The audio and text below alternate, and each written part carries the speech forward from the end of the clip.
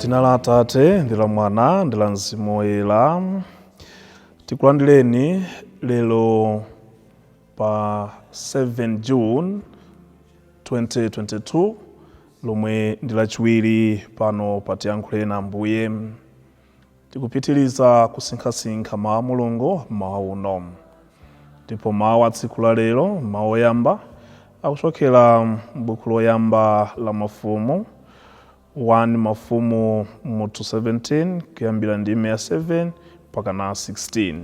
Amene akutiwerengera mawu oyamba ndi a Charles Juma kuchokera ku St. Matthias Parish, Lumbadzi, mu Archdiocese ya Lilongwe.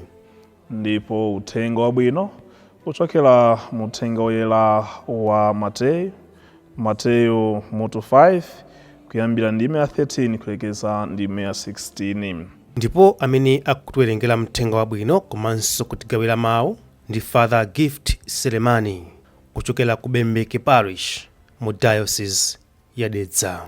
Tiyeni tikhale limodzi. Mawu oyamba.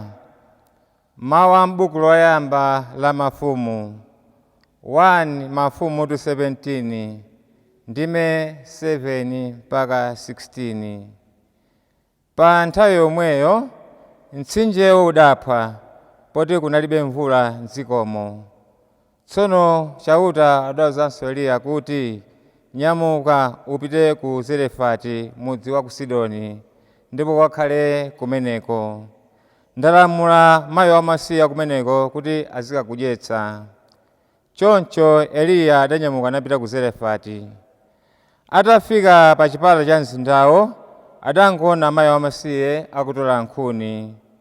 Tsono adayitana mayiyo namuwuza kuti, patseniko madzi pang'ono ndimwe. Pamene mayiyo ankapita kukatunga madziwo, Eliya adamuyitananso namuwuza kuti, munditengerekonso kabuledi. Apo mayiyo adati, pali chauta Mulungu wanu, ine sindaphike kanthu kalikonse, koma ndili ndi ufa pang'ono m'mbiya ndi mafuta pang'ono m'supa. Tsono ndikutola nkhuni zoti ndikaphikire kaufako, kuti ndikadye ine ndi mwana wanga, kenako kufa kukhala komweko. Koma Eliya adawuza mayiyo kuti, musadye nkhawa, pitani mukachite monga mwaneneramo. Koma poyamba mutapeko kaufa pang'ono, mundiphikire kakeke, mubwere nako kuno.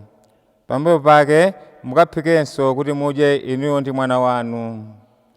Chauta Mulungu wa Israeli akunena kuti, ufa umene uli m'mbiyawo sudzatha, mafutanso amene ali m'supamo sadzatha, mpaka tsiku limene chauta adzagwetse mvula pa dziko lapansi. Tsono mayiyo adapita nakachitadi monga momwe adanenera Eliya. Mayiyo ndi Eliya ndiponso banja la mayiyo adadya ufawo masiku ambiri. Ufa umene unali m'mbiyamo sudathe, mafuta amene anali m'supamo sadathenso, monga momwe chauta adalankhulira kudzera mwa Eliya. Mawu a Ambuye. Oze Mulungu. Ambuye akhale nanu, akhalenso ndi mzimu wanu. Mawu mu uthenga woyera mungadalembera Mateyu. Ulemu kwa inu Ambuye. Pa nthawi yomweyo Yesu adati, inu ndinu mchere wa dziko lapansi. Koma ngati mcherewo watha mphamvu, mphamvu zakezo nkuzibwezeranso n'chiyani? Ulibenso ntchito pang'ono pomwe, koma kungowutaya kunja basi anthu nkumawuponda. Inu ndinu kuwala kowunikira anthu onse. Mudzi wokhala pamwamba pa phiri sungabisike. Munthu sati akayatsa nyale nkuyivindikira ndi mbiya, koma amayika pamalo onekera, ndipo imaonekera anthu onse amene ali m'nyumbamo. Chomwechonso inuyo muzionetsa kuwala kwanu pamaso pa anthu, kuti ataona ntchito zanu zabwino azilemekeza Atate anu akumwamba. Mthenga wa Ambuye. Ulemu kwa ina Ambuye Yesu Kristu. Abale anga okondeka, lelonso tikupitiliza nkhani imene nayiyamba dzulo, imene tikhaye tukambirana mu sabata yonseyi, makamaka kuunguza buku loyamba la mafumu ndi uthenga wa Mateyu. Ndipo m'buku limeneli la mafumu chimene tikuunguza kwambiri ndi ubale komanso nkhani imene idachitika pakati pa mneneri Eliya ndi mfumu Ahabu. Ndipo timvetsa bwino lomwe ndi mawu a tsiku la lero oyamba, amene tikuonano kuti mneneri Eliya wafika pozingwa. Pajatu ndi iye mwini amene adalosera kuti kwa zaka zitatu simukhalanso mvula mu dera limeneli la Yuda. Ndipo zidachitikadi. Koma pamene zimachitika zimenezi, tionanso kuti Ambuye Mulungu mneneri wakeyu sadamutaye choncho ayi.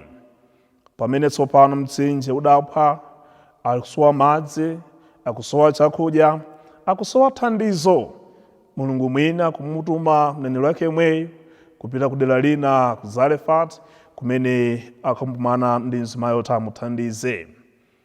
Chimene chikunisangalatsa kwambiri m'mauyambawa ndi mapemphedwe. Koyambiriratu mneneri Eliya akumuwuza mzimayi uja, mayi chonde gawireniko madzi. Pamene mzimayi uja akupita, asanabwerera kumuwuzanso chonde, asanabwere kumene kumubweretsanso kansima. Kupempha kwa bwanji kumene kwa abale, munapemphatu madzi, ndipo nonso muonjezeranso kansima. Chabwino, umu ndimenenso ena ifenso timachitira pa mapemphedwe athu. Pamene tikupempha kwa anzathu, angakhalenso kupempha kwa Ambuye Mulungu kumene sitikwaniritsidwa ndi chimodzi chimene tapempha ayi, tikadakonda zonse zichitike nthawi imodzi. Chimene ndimafuna kuti tiunikirane kwambiri ndi chisamaliro chimene Mulungu adzapereka kwa atumiki ake, komanso kwa anthu onse amene akhulupirira Iye. Abale anga nonse muli pano, komanso kulikonse kumene muli, koyambirira atumiki ampingo. Ngati mtumiki wina aliyense agwira ntchito yake bwino lomwe, ngati mtumiki wina aliyense akhala pamaso pa Ambuye Mulungu namachita ntchito imene Ambuye Mulungu ali kumupatsa, sadzasowa kanthu. Izi mundikhulupirire. Ngati ndiwe wansembe kapena ndiwe mneneri wina aliyense koma ntchito yako mayigwira bwino lomwe motsatana ndi zimene Ambuye Mulungu akulamula, sudzasowa kanthu. Ndipo ndi mawu omwewa amene tikuamva m'mauyambawa, amene akutitsimikizira chinthu chimene chindeto ndi Mulungu yemwe akumtuma mneneri Eliya, pita kapereka uthenga umenewu kwa mfumu Ahabu. Chilala chibwera, chikuchitika, suti akhala kwinanso ayi, akukhala mu mzinda momwemo ndeto, chiyala chachonera limodzi ndeto. Koma tikuona Ambuye Mulungu amene ali kumupatula iye mwini, namupatsa njira, kapena mulonsa njira yoti apite apeze thandizo. Ngati muwatumikira anthu a Mulungu muchoonadi ndi moyenera, Mulungu yemwe adzakusamalirani kudzera mwa anthu omwewa. Ndipo anthu omwe adzazindikira umphawi wanu, adzazindikira wanu, ndipo adzabwera nadzakuthandizani, pakuti Mulungu adzakuchita anthu omwewo ndithu kuti akusamalireni inu. Mpake timapempha mtumiki wa Mulungu, iwe wansembe, thawa uchimo, endi thawa chilakolako chakuzundikira zinthu, pakuti zimatigwetsa mbuna tikakhala ndi mtima wakufuna kuzundikira. Zina zavula kuti tizipeze moyo wathu chifukwa tangofuna kuti tizikwasangalatsa ife eni moyo uno. Titagwira ntchito yake moyenera mwa Ambuye Mulungu, zonse zotiyeneresa moyo wathu Ambuye Mulungu amatipatsa. Kachiwiri ndi mawu amene apita kwa ife tonse a Khristu amene tili pano tikuna kulikonse. Tisamatsogoze umphawi wathu, tisamatsogoze kucheperekana wathu pamene Mulungu akutipempha thandizo. Ndipo ndimasangalala ndi mawu aja abwino amene achokera mu uthenga wa Mateyu, pa Mateyu 25 ndi 35 pita Mose, amene amanena bwino lomwe, ndinali m'mphawi mudandipatsa chovala, ndinali mndende mudandiyendera. Anayankhula kwa basi mawu amene aja. Ndipo amanena kuti ndi mawu abwino kwambiri, chifukwa abale anga kunena chilungamo, Mulungu adzatipeza ife kudzera mwa anthu ngati amenewo, anthu osauka, anthu odwala, anthu olumala, mumpingo mmene, ansembe mmene. Ngati titengapo gawo kuthandizira ena mwa anthu awa, zimenezo munapanga kwa Ambuye Mulungu amene. Mpaka mumapereka mafunso tsopano, ndiliti Ambuye tidakuonani, muli wotere ife sitikuthandizeni. Pamene mmachita zimenezo kwa anthu awa, mmachitira ine amene. Tisiye kuwiringula ife Khristu pamene tipemphedwa komanso tilamulidwa kuthandiza. Posachedwa apa timapemphera kuthandiza maseminari athu. Posachedwa apa tikhaso timapemphera kuthandiza kupereka masika, mtulo ndi zina zotero. Ndi mtima wanji mmene timaonetsa pakupereka zinthu zimene zija? Kuwiringula. Timayang'ana za mawa ndi janji, timayang'ana school fees, timayang'ana sondezo zoti malo mufika simukudziwa mpang'ono pomwe. Bwanji osamba mwathokoza zimene mwakuchitani pa tsiku la lero kuti mawa lonso likabwera akuchiteni zoposa pamenepo. Motero zimayi zimene ali kuchita ndi pempho kwa ife tonse a Khristu kusawiringula ndi kudzipereka kwathunthu. Pakuchita za yathu idzakhala yowala ponseponse, ndipo idzakhala mchere ku dziko lapansi. Ndipo ndi ntchito zabwino zimenezi tidzathandizira anthu onse kuona nkhope ya Ambuye Mulungu, osamafowoka ndi kubwerera m'mbuyo pakugwira ntchito ya Mulungu ndi pakuchita zabwino. Amen.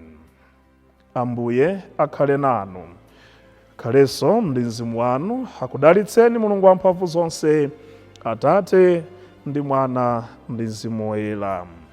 Amen.